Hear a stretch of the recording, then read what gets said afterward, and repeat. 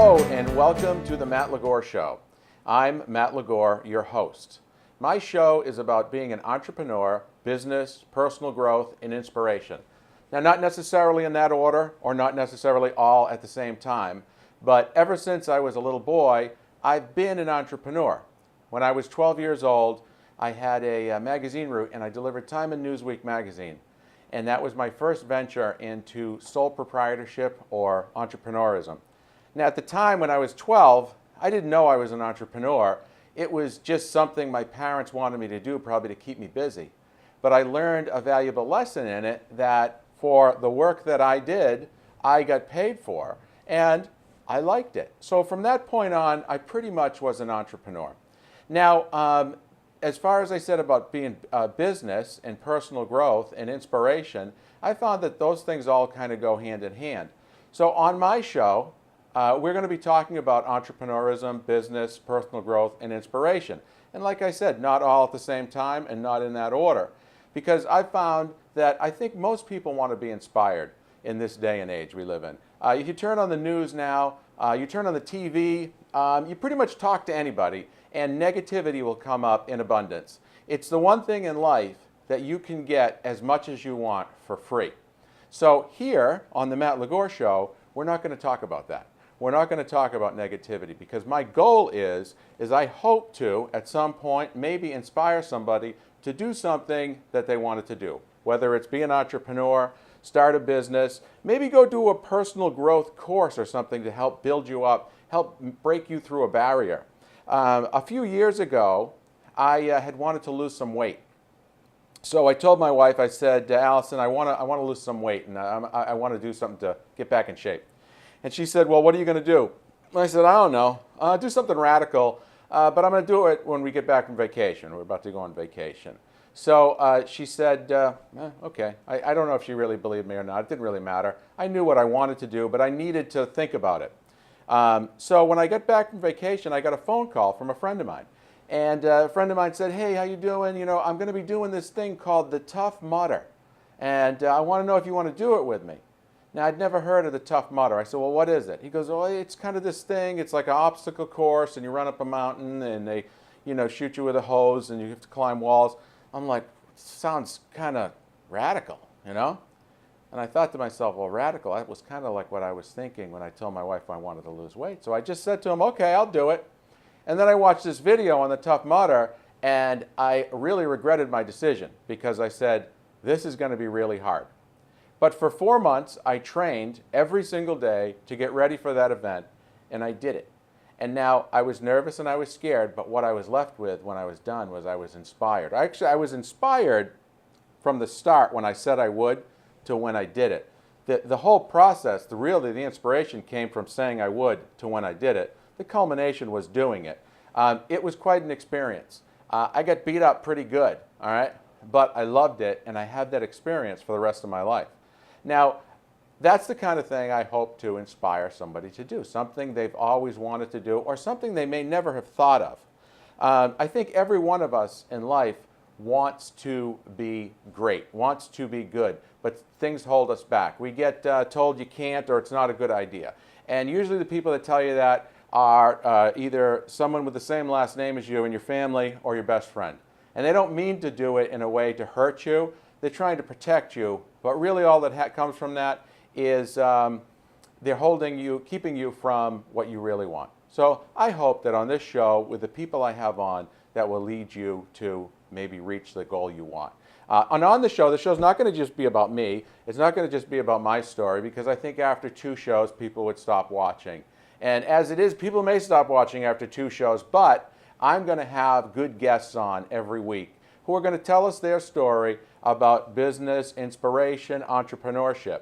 And today I'm going to have a really good guest on, a really good friend of mine, Steve Orne. He's a co-founder of Rumson's Rum. And Steve is one of those guys who comes up, has an idea, and he will turn it into reality. And I've always been very impressed by that with Steve. So he'll be on right after the first break we take.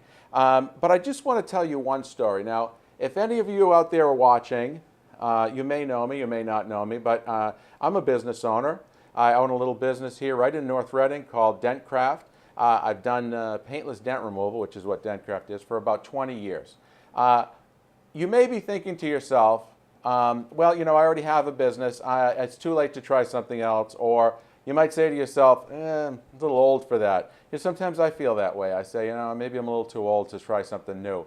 But I want to tell you a story about a person. His name is Harland Sanders. Now, I don't know if you know who Harland Sanders is, but he also had a little prefix in the front of his name, which was called Colonel Harland Sanders, all right, or Colonel Sanders, Mr. Kentucky Fried Chicken, right? Everybody knows who Colonel Sanders is. All right, I don't care. At one time, he was known to be the second most recognizable person in the world behind Jesus Christ. That's pretty good recognition. But many of you may not know the story of Colonel Sanders. All right, Colonel Sanders was an entrepreneur, a businessman. He worked very hard. He had good success, moderate success. He had restaurants. He had a gas station that had a restaurant in it. He won some awards. But long story short is by the time he was 65, he was broke. He had no business anymore. And he was collecting Social Security. Now, Colonel Sanders only collected Social Security for one check for $105. And he didn't like it. It made him feel old. And many people may not know, but he actually even contemplated suicide. But he didn't contemplate it for too long. And he decided what he would do was he was going to go out and promote his brand of chicken. And he wanted to sell the recipe. And he wanted to go to restaurants and have the restaurants use his recipe. And what he wanted is, he was very, very tough businessman. He wanted a nickel for every chicken that they sold. I don't know how he thought he was going to keep track of that, but he did. So he went around to restaurants and tried to sell his recipe. Now, how many times do you think people said no to him? 100? No. 200? No. 300? No. 400? No. 500? No. All right, I'm going to stop there, because he was told no 109 times. If I'm told no 5 times, I'm defeated. All right, this guy went on, after being told no 109 times, to become the most successful franchisee in the history of franchises at the time with Kentucky Fried Chicken. At the age of 65, he started that, retirement age at 65. He died when he was 90 years old. He was a millionaire, and he had the most recognizable restaurant franchise in the world. And we still see it today. And a matter of fact, they brought him back from the dead, and they have very comical commercials with Kentucky Fried Chicken. So anyway, if you think you're too old, you're not. All right? If you think you can't, guess what? You can. So when we get back, I'm going to have my guest Steve Orne on, and he's the co-founder of Rumson's Rum. And we're going to have Steve, he's going to tell his story, not about Rumson's, but also about himself. So we'll have Steve on as soon as we get back. As I told you before, I was going to have my guest Steve Orne from Rumson's Rum on with me. And as you can see right in front of me, we have a display of his product. And here sitting next to me is my good friend Steve Orne from Rumson's Rum. How are you, Steve? Matt, I'm great. Great, that's good. Steve, you're always a regular guest on the Matt Ligor Show. I don't know if I mentioned it before, but I do a weekly radio show too, and you've come on there a few times, and you told us about your product and your business. At the time, the first time I had you on, it was somewhat of a new venture. How long has Rumson's been in business? Yeah, you're right, Matt, and I've always loved doing the radio show. Great show, you should tune in. But we've been in business now just over a year and a half. You're right, when we first started talking, I think it was even pre-launch, we were talking about what we were going to be doing. Now we've executed. We've had a really nice run our first year and a half. We've won some great awards. But yeah, things are up and rolling and running smooth. Wow, a year and a half. So now, I think the very first time I talked to you about it was, how many years ago? 3 years ago, when you were started, like, just the conversation about it. Yep. And I think you'd mentioned to me a lot, like, hey, you get your bottles made in, like, France, right? Mm-hmm. And so I remember just talking to you about it, and I was like, well, this just seems like a massive undertaking. I kind of thought, like, well, maybe that's just like a good idea he wants to talk about or do. But, I mean, you were serious. So yeah. How long ago, like, was the idea and when was the first step, would you say? Well, that was taken by my cousin and business partner, Eric Glass, probably about 4 years ago. We sort of both found ourselves at the same time looking for professional transition, kind of like what's the next thing. He had been collecting old rums, and we saw what was happening in the world of micro distillers and the whole world of whiskey, where people are sipping spirits straight that never before drank spirits straight. And we thought rum might have an opportunity and may one day have its day. So the research began as to whether that was a viable idea about 4 years ago by Eric. And then as we began to talk about it, like, what business would it be fun to do a business together? Yes. And would this be a viable venture that we could both have a lot of fun at and earn a living at? And the answer was yes. So that's when the wheels really started clicking. Eric went to a distilling school. We made some modifications to our business plan, which we can talk about. But yeah, it began about 4 years ago. It was kind of like the seed was beginning to germinate. With a conversation.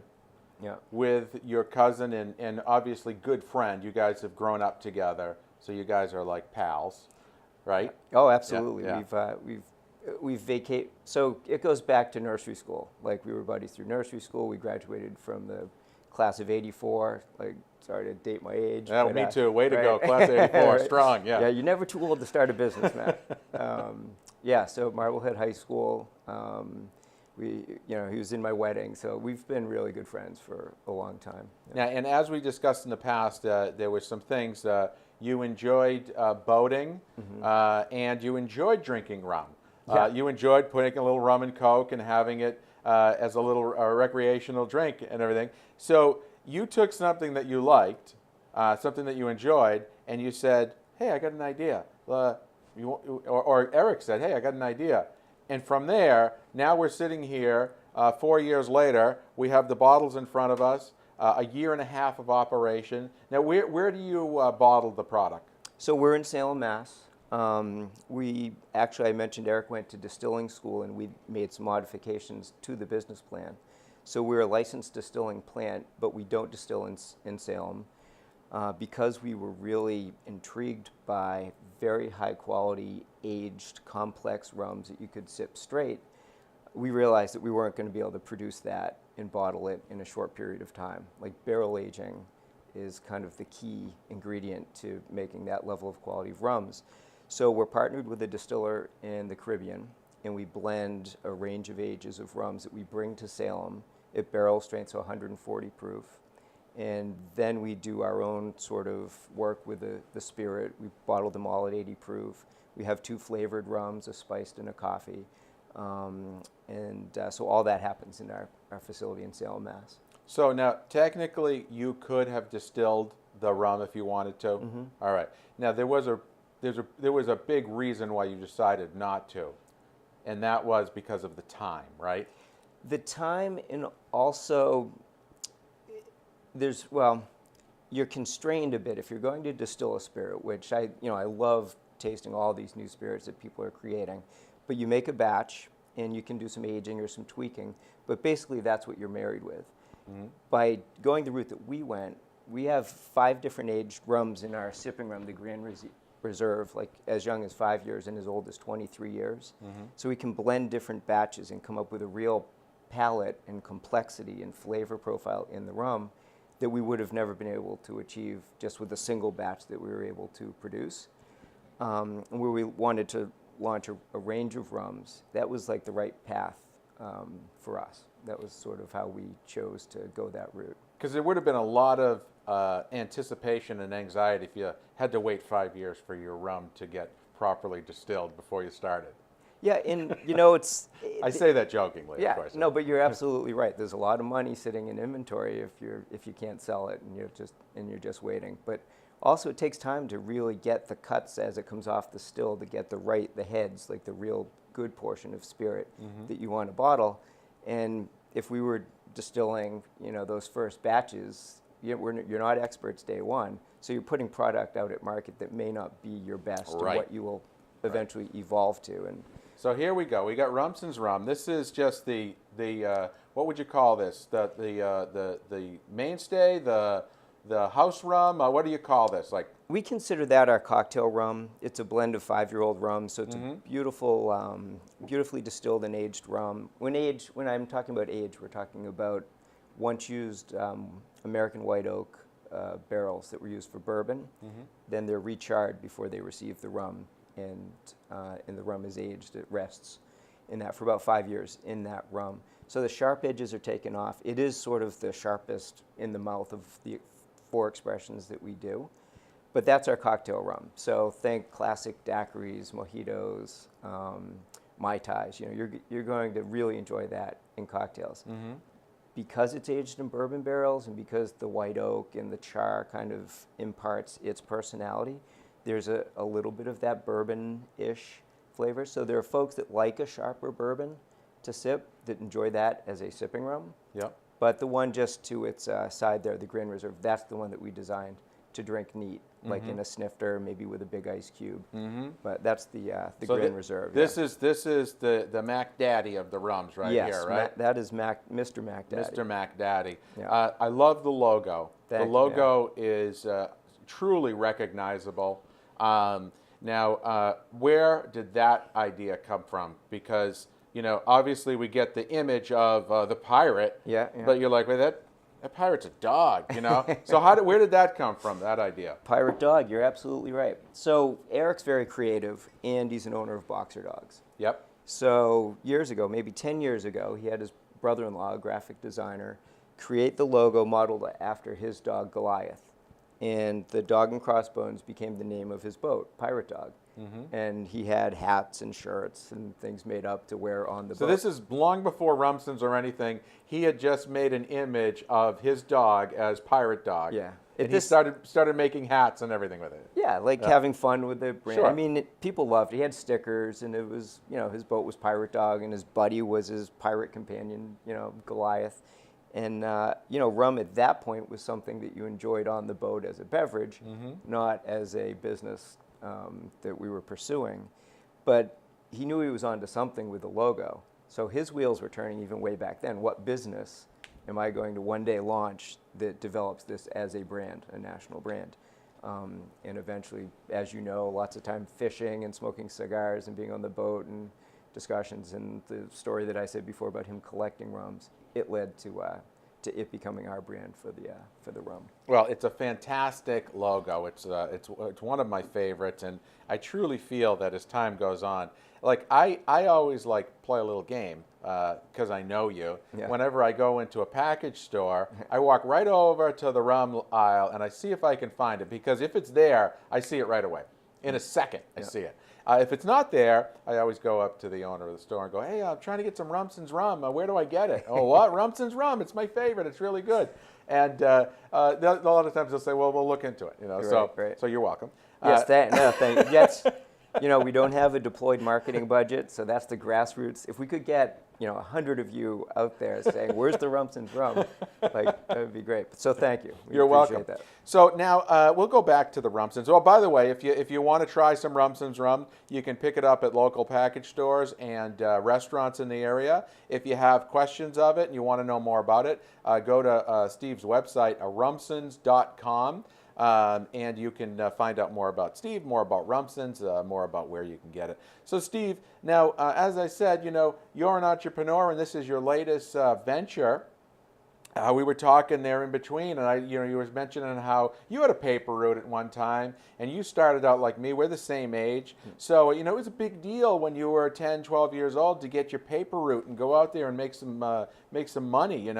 I always tell the story that when I was in junior high, currency was Bubblicious bubblegum, all right? Yeah. And the man with the Bubblicious was the man who got all the ladies, all right? And I learned a valuable lesson that when the money ran out and the Bubblicious ran out, so did the ladies. And I took that to heart, and I really learned that lesson.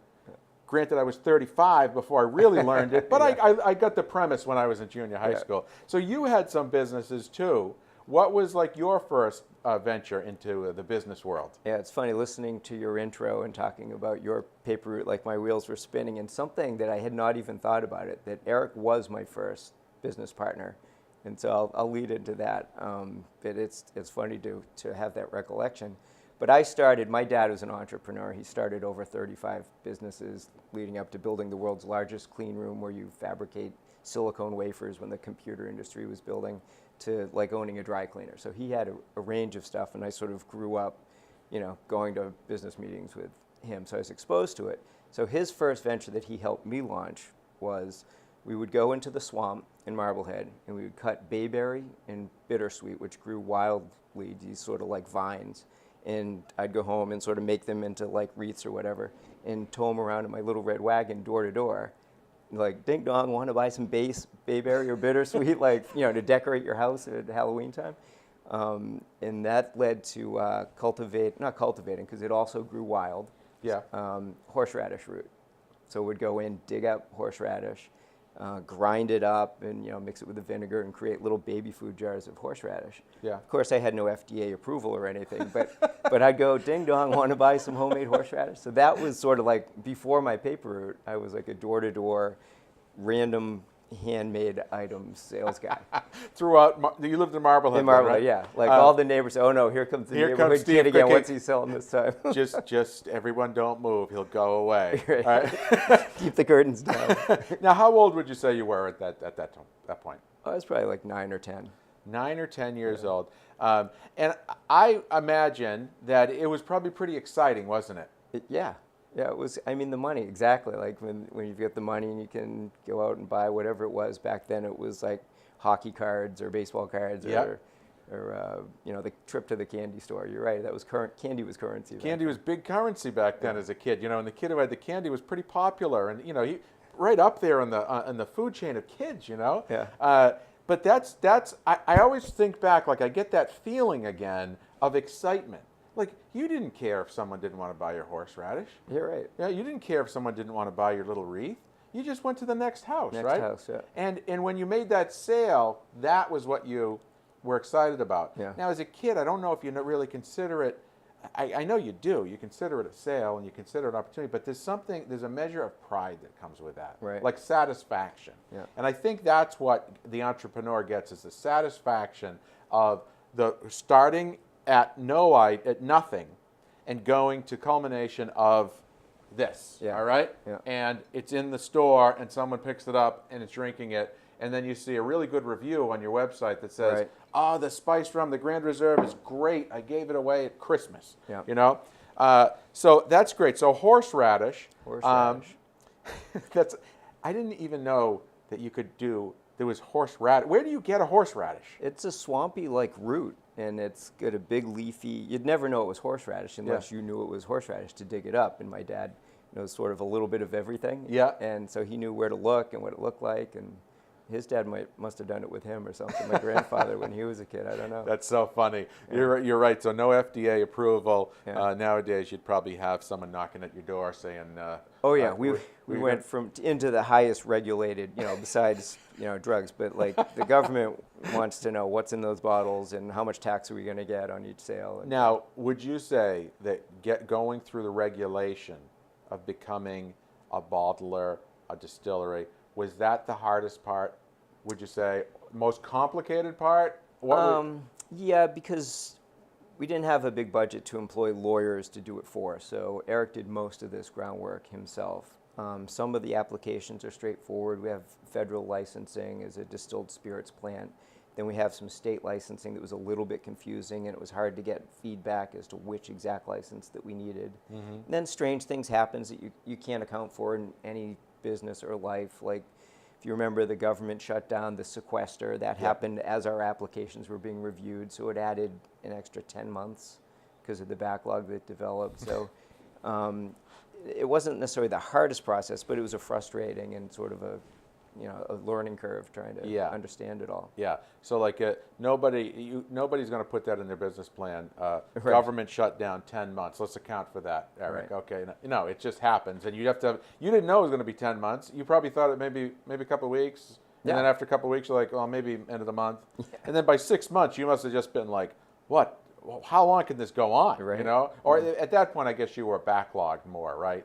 Because the government wasn't shut down for 10 months. No. Yeah, it was that department, I think, had a lot of processing to do to catch up. I admire your staying power. So after horseradish and wreaths, what did you do? Now you're getting into middle school, high school. What did you do next? Well, I hadn't thought about this until, like I mentioned, listen to your intro, but Eric and he was my first business partner. And I think it was his grandmother, might have had some Japanese roots, and she knew the art of origami. and could make really incredible things. So some really kind of technical paper airplanes were designed that she helped him create, and he helped me like to learn how to do it. So we sold paper airplanes to kids at recess. Yeah. At school, we had like this paper airplane business, and it became a fad, you know, like how kids, like everybody wants to do this. So all the kids, you know, were flying these airplanes. So we'd make them for like a dime, or there was like the supermodel that was a quarter, or whatever it was. It didn't last very long. Yeah. Eventually we moved on to kickball or whatever we were doing at recess. But I hadn't thought of that in years, but we had this paper airplane business. Your little paper airplane business. Yeah. What I like about your paper airplane business is that you probably sourced your material right from Marblehead Public Schools. Yeah, exactly, right. And then took it, and you were able to capitalize on it and make some money, and your product was free other than your time. Yeah, very much like the bittersweet and horseradish. Like, just go dig it up. See, but that, you know, we're joking. Yeah. But that's like some grassroots business right there, where Sure. you can do things where it is a lot of sweat. It's mostly sweat. You know, Yep. you got to put the time in. Where you know, it takes time. There's this great audio clip of Ira Glass. He does This American Life, Okay. and he talks about how when you first start something, the reason you start something to be like an entrepreneur or create stuff or do you know, radio show or TV show is you have good taste. All right, you have good taste. You have good taste here too. You know, you have good taste with the airplanes and your horseradish. All that stuff. You have good taste. You know, but your first product's not that good. Not that good, and it's disappointing. Because as a creative person, you got good taste, you know? Right. So he says it takes a couple of years of working at it. And the only way to get through it is to do it and do a lot of it. And eventually you get to the point where you want to be. But he says most people, when they start doing their product, whatever it is, it so disappoints them because it's not that good that they quit. So you can't quit. You got to keep going, you know? Right. By the way, if you want to check anything out, I have a Facebook page called The Matt Ligor Show at Facebook, and I have a lot of nice little clips on there. I have some clips from my radio show. I also have, I'll put Steve's website up there. So Steve, let's just go back to being an entrepreneur. So now, you know, obviously you didn't make a living at selling paper airplanes. No, we moved on from that. You moved on from that, and you said your dad was an entrepreneur. What kind of businesses have you been in throughout your life? I ended up, I studied entrepreneurship in college, Babson College. I think it was maybe the first in the country to have a major.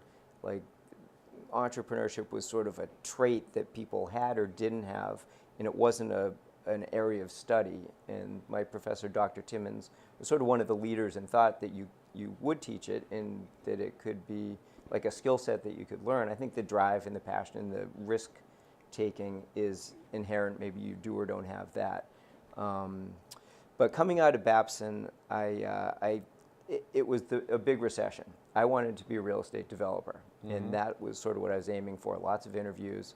Nothing was really happening at this time. So I started to help a small local business that had, it was a family business. They had, at that point, I think 3 like retail clothing stores. And I just had a lot that I could offer, and I ended up becoming a big part of the company, and we grew it to, I think we had 10 stores and a manufacturing arm. So I found myself sort of accidentally in the retail in women's fashion. Like, I had, you know, that was not my aim, but accidentally here I am. So I left there. My wife and I started together a chain of women's clothing boutiques. What was the name of it? Glee. Okay, yeah. Prior to the television show, which, you know, they licensed our name because they thought we had such a great name, which is not true. But it did help our Facebook page. Yeah. So we were Glee. We had 5 stores, and, you know, in the department of things you don't see coming down the road in a business plan, when Lehman Brothers went under in 2008 and the credit default swap hit, people didn't need $150 jeans anymore. Yeah. So our business plan was to build a regional chain and then sell it. And we sort of like were derailed from that plan when the economy changed. So we sold that business and moved on. Sometimes you just have to know, like, part of entrepreneurship is knowing when to move on. There's a lot of like try till you succeed mentality, but sometimes you have to know when to like move on to the next thing. You got to know when to cut your losses, right? You just got to know it. Hey, it's time, and move on to something else. Exactly. So you've experienced success, failure. You ended up in places you didn't expect to end up, in women's clothing. Funny, but it's just where it ended up. But you're not only just like an entrepreneur for yourself. You help people though too, don't you? Am I right about that? Yeah. Yeah, you get a lot of folks that know what you're doing or what you've done that are trying to do something similar. So I've never really formalized a consultancy business. I did some retail consulting as I was selling my business.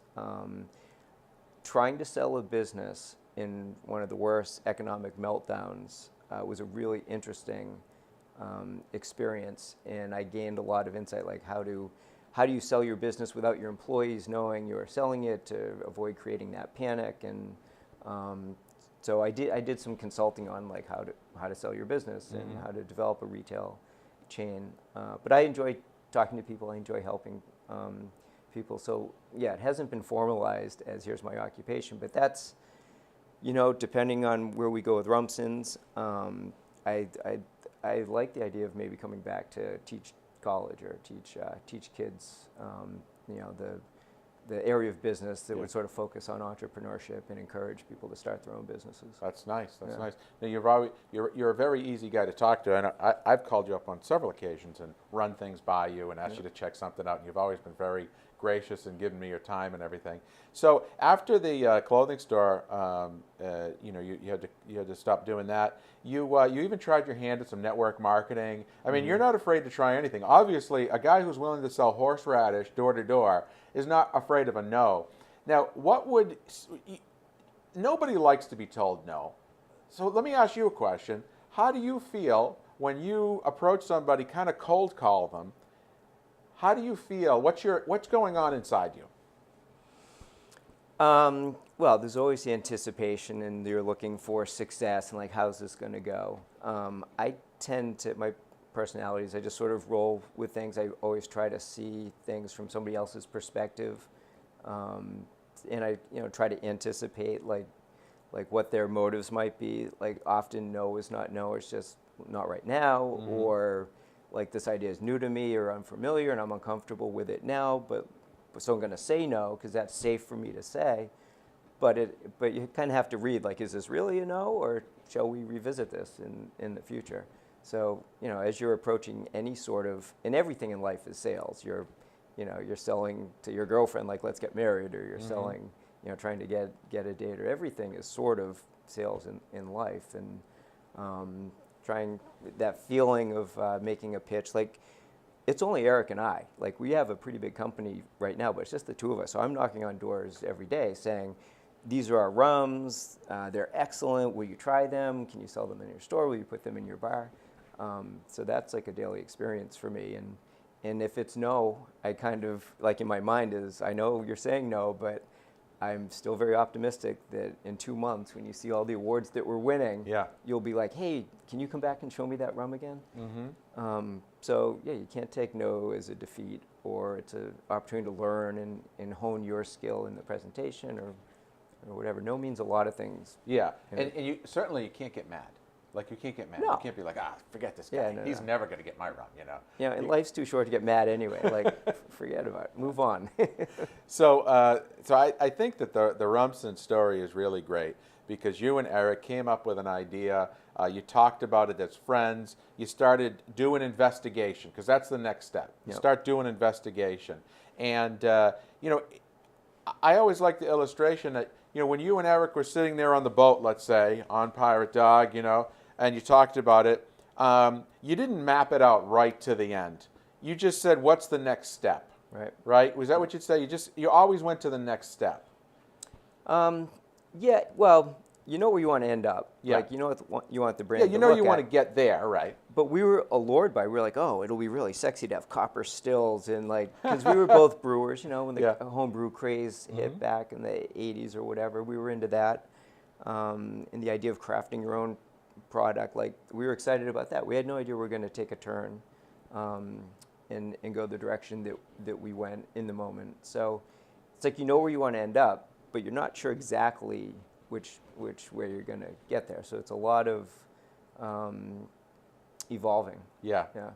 So that's a good point. Like, you know where you want to go. Like, I always say I know I want to go on vacation and I want to go to Europe. Okay, I want to go to Italy. I want to be in Rome. Okay, but there's a process to that. I have to call a travel agent or go online, buy the tickets, prepare, have someone watch my dogs. All that stuff that goes into it that you don't think about. Right. Oh yeah, I got to have money when I'm there. All that stuff. You have to go through the steps, and sometimes especially if you're going on vacation, you might look at that price tag and go, yeah, you know what, I'll just go to New Hampshire. Right, It's fine. So the process, and I think the process is really the most exciting part of the journey, getting from A to Z, but all the letters in between, I think is pretty exciting. So let's just go back to the rum here and just talk about it. So you said this is the mixing rum. Yes. Okay. This is like the Mac Daddy, the sipping rum. Okay. What about those two? So now these are sort of our pure play rum products. And then we had some fun. We took some aged rum. They're still about 2-year-old rum, so very nice, high quality rum. And the biggest selling rum category out there is spiced rum. There are some big players in that area that when they say I'll have people call for this a lot. Spiced rum and Coke. I won't name any names. You know who we're talking about. Yep. They have an enormous market. There's a lot of spiced rum drinkers. So we wanted to do a different spin on that. So all the names are found in this badge here. They look pretty similar to the bottles. Yep. But the spiced rum are natural spices. So we designed that also to be a mixer. But in all of our rums, we wanted, our goal was to make spirits of a high enough quality that you could sip them straight. So a lot of people do. I enjoy this over ice with just a squeeze of orange. But this is for mixing drinks as well. So pineapple, any kind of citrus, any kind of soda is great with that. When you taste this, it's a little butterscotch, vanilla, caramel up front. Yep. Hints of nutmeg and clove at the end. So it's different than any spiced rum that I've had out there. It's our spin. It's unique. Yeah. Coffee rum. These are all really more about the rum. This is all about the coffee. Yeah. If you like coffee, this is the rum for you. We blend it, the same 2-year-old rum, we blend with a Colombian Arabica roasted coffee bean, some hints of vanilla, but really bold coffee flavor that's at 80 proof too, which is unusual for a spirit, a coffee spirit. I think we're the only 80 proof spirit out there, but it's wonderful in iced coffee or hot coffee or things that you do with coffee liqueurs, White Russians, mudslides, that sort of thing. Sounds great. making you thirsty? It is, absolutely. So, Steve, before we wrap up here, thank you for being on the show, obviously. We recommend everyone try some Rumson's rum. Local liquor stores and restaurants, go to rumsons.com. But now, this show is about being an entrepreneur and about maybe pushing someone over the brink, A lot of negativity, a lot of people tell you no, stay safe, right? Right. You hear that. People be like, Steve, what are you doing? Why are you doing that, Steve? Are you nuts? You're going to lose all your money, right? Don't do that, okay? Go be a salesman or something, all right? There's a lot of things people probably said to you. Yeah. What do you say to somebody who really wants to do it, but they're a little scared, a little nervous, and they don't have a lot of good support around them? What do I say? Well, without knowing what they're talking about, I'd say go for it. Right, I'd say, okay. tell me what your idea is, and I'll tell you whether you should go. There are ideas not worth pursuing. Yeah. Not everybody sees that for themselves. So sometimes people's advice might be worth adhering to. Yep. But for the most part, but explore it. Don't not explore it. Yep. Find a way to do it without overcommitting financially. There's so many ways now that you can vet your idea and get things to market inexpensively, like crowdsourcing of money through Kickstarter and so forth. You can gain some support and backers and finance to try to sort of throw the spaghetti against the wall and see if it sticks. If you have an idea and you put it out on a Kickstarter and nobody gives you money, then maybe the idea needs to be tweaked or something like that. Right, but right. there are ways to begin to pursue your dream without becoming overly exposed and hurting yourself. So I think take the first step, and like you say, it'll lead to a next step. If you know where you want to go, you'll figure out the steps, and if it's a good idea, you'll know it. you'll get the right feedback that says there's something here, Right. and pursue it. So All I right. guess, all right, so boiling it down, Yeah, boil it take down. the first step. Take the first Take step. the Go first for step. the first step and Yeah. see where it leads. Because, like, you're right, not every idea is a great idea. Yeah. All right, and sometimes when you speak it, you know, Yeah. and you say it to someone else, you hear it, and you're like, wow, that doesn't sound like a good idea when you say it like that. But if you don't if you don't share yourself, Yeah. what do you have in life? You're just going to be sitting alone by yourself, wishing you did something, wishing you didn't.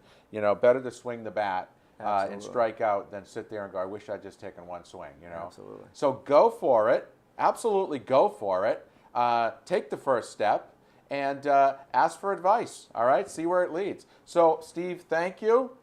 Always a great guest. I want one more thing I want to say, Steve. You're not Mr. 24/7. You're not going to leave here and start bottling, and then after that, I got to go make some sales calls and get home, make the phone calls. You just came back from Nantucket. You were on vacation, so you enjoy your life too, right? Oh, you got to make time for family and friends, and fortunately, this business dovetails with a lot of fun things to do. So tonight I'll be at a yacht club doing a tasting. It'll be a fun environment. The people will be enthusiastic. They'll be having drinks. So for me, that's work, but it's fun. It's fun for me. In Nantucket, I did tastings down there. I left the island. We do a lot of sponsorship of sailing regattas. So I went to Provincetown for a race, the Behringer Bowl, that we were sponsoring for the after party, which was work, but it was all fun. So fortunately, I find myself in an industry where working long hours and doing all these events are also personally enjoyable. So you have a good time along with pursuing your dreams. Yeah, but you do have to your point, you do have to kind of cut out. So surfing's my thing. So that Nantucket trip, like I'm in the water and we were blessed with waves. So 3 or 4 hours in the water surfing, for me, that's my my zen, my mind clearing, my meditation, or whatever. So that's what that was all about. Totally recharges me. Yeah, you got to recharge yourself so you can get back at it. All right, so this is Steve Orne, co-founder of Rumson's Rum. Here are his product right here, Rumson's. You can check them out at rumsons.com and local liquor stores and restaurants. So thank you for watching the Matt Ligor Show. We'll be back soon.